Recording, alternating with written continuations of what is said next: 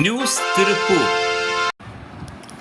திருப்பூரின் மருத்துவத் துறையில் ஒரு புதிய வரப்பிரசாதமாக திருப்பூர் ரேவதி மருத்துவமனையில் திருப்பூர் மாவட்டத்திலேயே முதன்முறையாக சிறுநீரக மாற்று அறுவை சிகிச்சை மையம் துவங்கப்பட்டுள்ளது.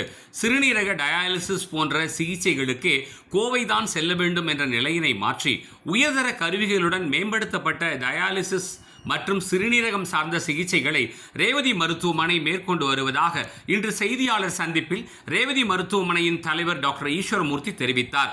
மேலும் தற்போது தகுதியான சிறுநீரக மருத்துவர்கள் மூலம் பாதுகாப்பாக சிறுநீரக மாற்று அறுவை சிகிச்சை செய்யும் வசதி அறிமுகப்படுத்தப்பட்டுள்ளதாக தெரிவித்தார்.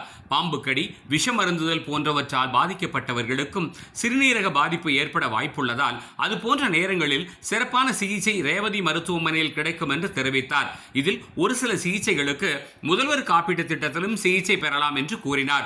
செய்தியாளர் சந்திப்பின் போது சிறுநீரக சிறப்பு நிபுணர் ஹரிஸ் சிவஞானம் உடனிருந்தார்.